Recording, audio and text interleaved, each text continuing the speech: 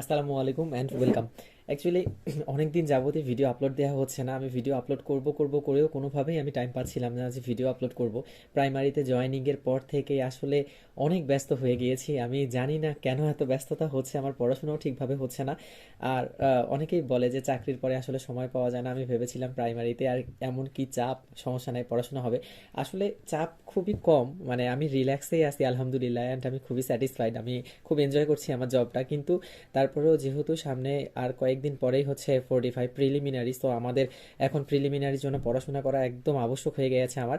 এতদিনে কিছু পড়াশোনা করেছি, বাট এটা একদমই স্ক্যাটার। আমি যেমন করে রুটিন করে পড়াশোনা করি বা টার্গেট নিয়ে নিয়ে পড়ি, এভাবে আমার পড়াশোনা একদমই হচ্ছে না।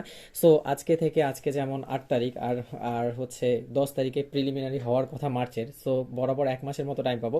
তো এই একটা মাসকে আমি ইউটিলাইজ করার ট্রাই করব। এবং আমি আসলে চেয়েছিলাম যে নিজে নিজেই পড়াশোনা করব, বাট আপনাদের কমেন্টস, আমার প্রিভিয়াস ভিডিওগুলোতে এত পরিমাণ কমেন্টস আসছে যে ভাইয়া প্লিজ আপনি 45 প্রিলিমিনারি টার্গেট করে কিভাবে করে পড়াশোনা করবেন এটা আমাদের সাথে একটু শেয়ার করবেন।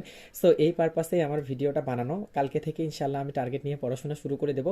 অ্যান্ড আজকে আমি আমার ফুল, মানে আমার প্ল্যানিংটা করে ফেলেছি আমি কিভাবে এই 1 মাসকে কাজে লাগাবো, সেটার একটা আমি প্ল্যানিং করে রেখেছি। আমি 43 এবং 44-এর আগেও এইভাবে করেই আমি কাজে লাগিয়েছিলাম প্ল্যানিংটা। এটা আমার হচ্ছে যে ডায়েরি, আমি ডায়েরি নিয়ে বসে গেছি। আমি ডায়েরি থেকে আপনাদেরকে বলছি একটার পর একটা। আলহামদুলিল্লাহ, আপনারা তো জানেন আমি 43-44 প্রিলিমিনারি কোয়ালিফাই করেছি। আমার যে কাজটা আমি করেছিলাম এক্সামের 1 মাস আগে বা 20 দিন আগে, সেই ফুল প্ল্যানিংটা আমি এখন দেখাচ্ছি। আপনারা পছন্দ যদি হয় তাহলে এভাবে করবেন, না পছন্দ হলে কোনো প্রবলেম নাই, আপনারা আপনাদের মতো করে পড়াশোনা চালিয়ে যান। প্রিলিমিনারি এমন একটা জায়গা যেখানে 100 জন 100 রকম রাস্তায় হেঁটে গিয়ে কোয়ালিফাই করেছে। আমার টেকনিকটা, আমি 2বার কোয়ালিফাই করেছি, আমি 2বারই এই টেকনিকেই পড়াশোনা করার ট্রাই করেছি। সো আমি এখন এটা আপনার সাথে শেয়ার করতে যাচ্ছি, অ্যান্ড এটাকে আমি আমি আমার ডায়েরিতে নিয়ে যাই, ডায়েরিতে নিয়ে গিয়ে তারপরে বোঝাই। সো ফার্স্ট অফ অল আমি যেটা করেছিলাম সেটা হচ্ছে যে যেই বিষয়গুলোতে অনেক অনেক টপিক, এগুলো থেকে আমি কোন টপিকগুলো পড়বো সেটা আগে ফিক্সড করে রেখেছিলাম। যেমন আমি যদি এক্সাম্পল স্বরূপ বলি তাহলে হচ্ছে গ্রামার। আমি গ্রামারের জন্য কি কি পড়বো সেই টপিকগুলো আমি আগে ফিক্সড করে নিয়েছিলাম। যেমন আমি এখানে 19টা টপিক প্রিভিয়াস ইয়ারের কোশ্চেন একটু অ্যানালাইসিস করে আমি যেগুলো খুব ইম্পর্টেন্ট মনে করেছি, যেগুলো আমার মনে হয়েছে এগুলো থেকে প্রতি বছরে কম বেশি কোশ্চেন আসে, এরকম 19টা টপিক আমি সিলেক্ট করেছিলাম। যেমন noun, pronoun, verb, adjective, adverb, তারপরে same word as different parts of speech, এমনিভাবে হচ্ছে subject, verb, agreement, then article, degree. এভাবে করে আমি 19টা টপিক খাতার মধ্যে লিখেছিলাম। আপনারা চাইলে এখান থেকে স্ক্রিনশট নিয়ে রাখতে পারেন যে আপনারাও পড়বেন। এবং আমি যেটা করেছিলাম সময় বাঁচানোর জন্য, আমি কোন টপিকটা কোথায় থেকে পড়েছি সেটা আমি হচ্ছে এখানে লিখে রেখেছি। যেমন নাউনের ক্ষেত্রে আমি অনলাইনে বেশ কিছু ভিডিও দেখে খাতার মধ্যে ছোট করে নোট করে রেখেছিলাম, প্লাস বই এমসিকিউ হচ্ছে বই থেকে প্র্যাকটিস করেছিলাম। এটা আমি প্রিমিয়ার বইটা থেকে প্র্যাকটিস করেছিলাম লতিফ স্যারের। ফার্স্টের দিকে আমি মাস্টার পড়তাম, তো মাস্টারের মধ্যে এত পরিমাণ হিউজ দেয়া যে আসলে শুরু করলে শেষ হয় না। আর আমাদের ব্রেন তো ডোপামিনের ওপর ডিপেন্ড করে কাজ করে। কোনো একটা জিনিস শেষ হলে আসলে আমাদের ভালো লাগে, তখন অন্য একটা জিনিসে আমরা আগ্রহ পাই কোনো একটা জিনিসে। তো মাস্টার থেকে আমি যেটাই শেষ করি, শুরু করতাম, শেষ হতো না। যেমন ভয়েস শুরু করলে শেষ হয় না, প্রিপোজিশন শুরু করলে শেষ হয় না। সো এই জন্যই আমি পরবর্তীতে লতিফ স্যারের যে ইংলিশ প্রিমিয়ার বইটা আছে ওখান থেকে পড়েছি, আর হচ্ছে কমন মিস্টেক্স ইন ইংলিশ এই বইটা থেকে পড়েছি।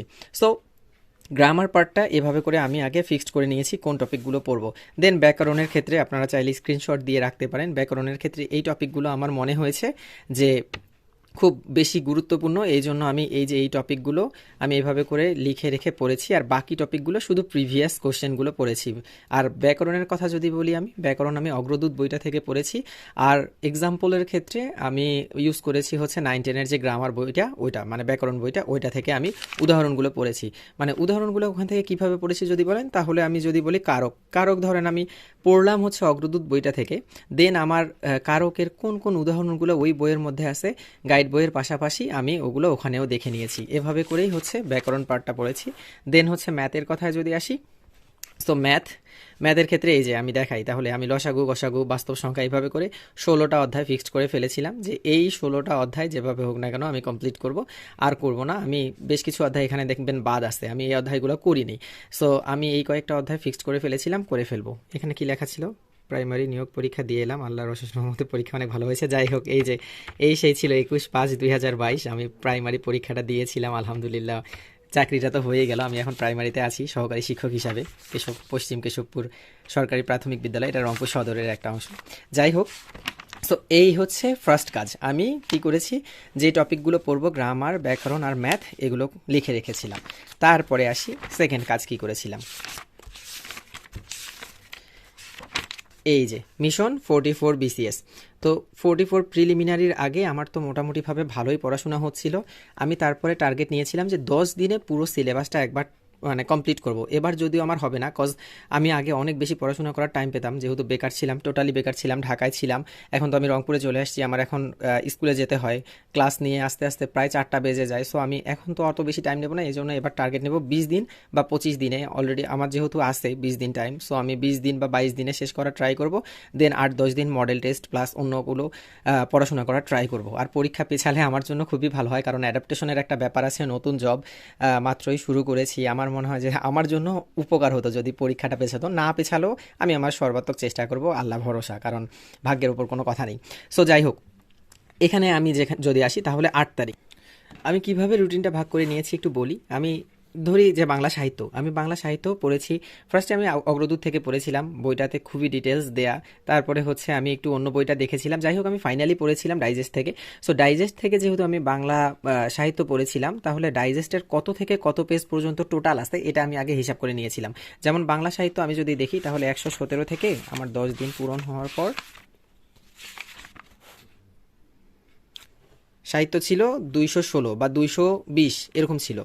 সো 220 পেজ, 117 থেকে 220 পেজ, মোট যত পেজ হয় ওইটা করে 10 দিয়ে আমি ভাগ করেছিলাম। তাহলে আমার একদিনের ভাগ্যে কতটুকু করে পড়লো আমি সেটা লিখে ফেলেছি। তাহলে আমার প্রথম দিন 117 থেকে 127 মানে 10 পেজের মতো আমার পড়েছিল।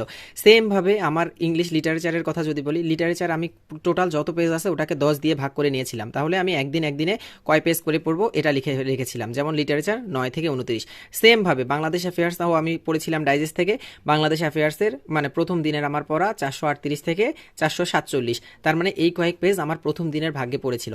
সো আমি এইভাবে করে আমার টোটাল বইটাকে 10 ভাগ করে ফেলে প্রতিদিন কোন সাবজেক্টের কতটুকু পড়বো এটা লিখে রেখে আমি শেষ করে ফেলেছি। প্রথম দিনের রুটিনটা তৈরি করে ফেলেছি। রাত্রেবেলায় এই রুটিনটা করে ফেলতাম।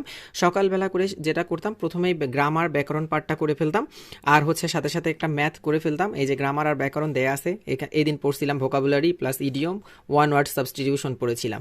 তারপরে পড়েছিলাম ব্যাকরণের ক্ষেত্রে বাগধারা, সমার্থক শব্দ, বিপরীতার্থক শব্দ, উপসর্গ।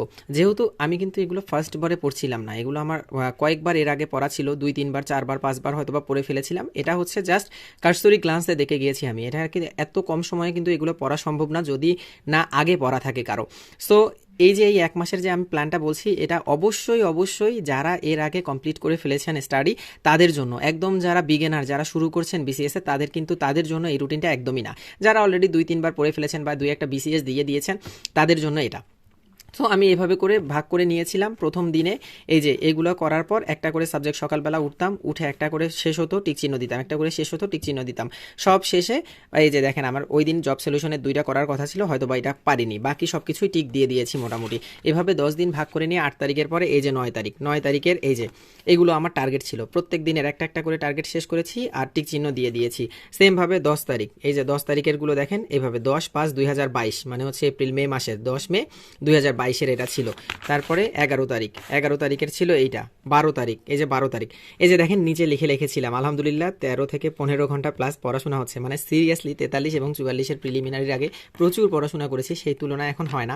একদম যারা শুরু করছেন এই জন্যই বলি যে ফার্স্টের 6 মাস বা 1 বছর যত বেশি সম্ভব পড়াশোনা করুন, কারণ একটা পর্যায়ে গিয়ে আস্তে আস্তে মোটিভেশন হারায় যায়। আমার ফার্স্টের দিকে সুশান্ত পালের ভিডিও, ওই দাদার ভিডিও দেখে আমি খুব মোটিভেটেড ফিল করতাম এবং পড়াশোনা করতাম। এখন বিশ্বাস করেন এগুলো আর কোনো মোটিভেশন কাজে দেয় না, কারণ অনেক দিন হয়ে গিয়েছে। আমি 2020 সালের অক্টোবর মাসের 31 তারিখে ঢাকায় গিয়েছি, মোটামুটি 2 বছর হয়ে যাচ্ছে পড়াশোনার মানে জব প্রিপারেশনের। সো এখন আর ওইভাবে মোটিভেশন কাজ করে না, এখন অনেক গ্যাপ চলে যায়, হয়ে যায় বা বিভিন্ন কারণেই হচ্ছে ব্যস্ততা থাকে। আগে যেমন পড়াশোনা করতাম ওই পড়াশোনাটা এখন অনেকটাই কমে গিয়েছে। সো যারা ফার্স্টের দিকে এখন আছেন প্রচুর পড়াশোনা করেন, কজ আপনার এই 1 বছরে যা গোটাবেন তাই দিয়ে আপনার সামনটা চলে যাবে। এখন শুধু এক্সপেরিয়েন্স হবে তারপরে, আর আপনি একটা করে জব এক্সামে ভালো করবেন। সো ফার্স্টের দিকে যারা আছে তারা খুবই ভালো করে পড়াশোনা করেন। এই যে আমি লিখেছিলাম 13-15 ঘন্টা পড়াশোনা হচ্ছে। সো এই যে 12 তারিখের পর 13 তারিখের হিসাব, এগুলো হচ্ছে 13 তারিখের আমার ছিল। দেন 14 তারিখে, তারপরে 15, 16, প্রত্যেকটা দিনের আমার হিসাব এখানে রয়েছে দেখেন, 17, 18 তারিখ, এই যে 18 তারিখে হয়ে এই যে এখানের পরে আমি লিখেছিলাম। এরপরেও সময় পেলে যেটা নিয়ে মন খুঁতখুত করবে সেটা দেখব। আলহামদুলিল্লাহ শেষ করেছি। মানে হচ্ছে এই 10 দিনের পরেও যদি আমি সময় পেতাম তাহলে যে জিনিসগুলো আমার হুট করে মনে পড়ছে না, হঠাৎ করে আমার মনে পড়লো ওই ভাস্কর্যটার স্থপতি যেন কে ছিল, যতক্ষণ এটা দেখতাম না ততক্ষণ মন খুঁজখুঁজ করতো। তো আমি কি করতাম, হঠাৎ তাড়াতাড়ি করে ওই বইটা নিয়ে ওই জায়গাটা দেখে ফেলতাম। তো এটাই আমি লিখে রেখেছিলাম। এরপরে যেগুলো হচ্ছে নিয়ে মন খুঁজখুঁজ করবে সেই জিনিসগুলোকে আমি পড়ে ফেলবো। তো এইভাবে করে আমি 10 দিনে মোটামুটি কভার করে ফেলেছিলাম। করার পর তারপরে মডেল টেস্ট দিয়েছি। তারপরে তো আলহামদুলিল্লাহ পরীক্ষা হলোই। পরীক্ষার ডেটটাও মনে হয় লিখে রেখেছিলাম, 21, 22 তারিখ। এই যে তারপরে যে কয়েকদিন সময় পেয়েছি এখানে লিখে রেখেছিলাম, যখন যা ইচ্ছে পড়ছি, কনফিউশন ক্লিয়ার করার ট্রাই করছি, এমটি দিয়েছি মানে মডেল টেস্ট দিয়েছি, ইনশাল্লাহ ভালো কিছু হবে, আল্লাহ মন। যাই হোক, এই যে ফাইনালি 29 তারিখ আমাদের এক্সামটা হয় আলহামদুলিল্লাহ। আল্লাহর রহমতে 27 এত তারিখে 44 প্রিলি অনেক ভালো হয়েছে, 136 প্লাস থাকবে ইনশাল্লাহ।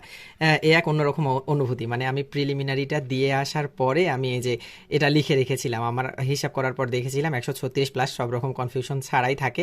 তো আমি বুঝেছিলাম মানে কোনো ধরনের অঘটন না ঘটলে ইনশাল্লাহ প্রিলিমিনারি কোয়ালিফাই করে যাব। অ্যান্ড এই 44 প্রিলির পরে 44 রিটার্নের প্রত্যেকটা দিনের হচ্ছে আমার ভিডিও হচ্ছে আমার এখানে প্লেলিস্টে দেয়া আছে। আপনারা যদি কেউ রিটার্ন প্রিপারেশনের ব্যাপারে জানতে চান, ওখানে আমার অনেকগুলো ভিডিও দেয়া আছে। আমি টোটাল 100 দিনের মনে হয় প্রিপারেশন ছিল এটা। ওই ভিডিওগুলো সবই প্লেলিস্টে আপনারা আমার পেয়ে যাবেন। তো এই ছিল আমার মোটামুটিভাবে এই প্রিপারেশনের ব্যাপারটা।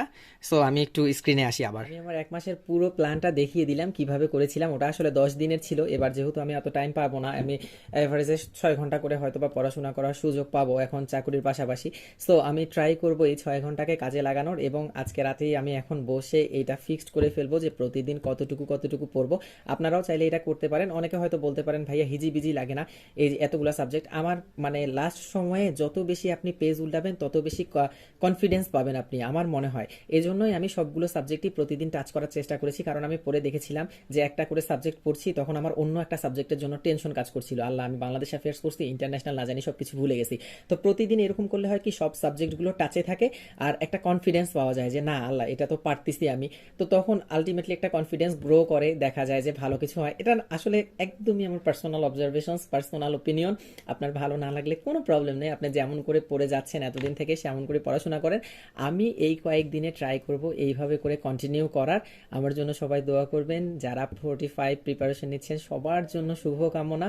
যারা সত্যি সত্যি পরিশ্রম করছেন, আল্লাহ যেন তাদেরকে উত্তম কোনো কিছু দান করেন। অ্যান্ড আমার কালকে থেকে ইনশাআল্লাহ ডেইলি ব্লগ আবার আরম্ভ হবে। আমার আলাদা একটা প্লেলিস্ট করব 45 প্রিলিমিনারি প্রিপারেশনের উপর। সবাই থাকবেন আমার সাথে। আর হচ্ছে আপনাদের কেমন প্রিপারেশন চলছে এটাও আমাকে জানাবেন, আর আমার জন্য দোয়া করবেন। এই আল্লাহ হাফেজ, আসসালামু আলাইকুম।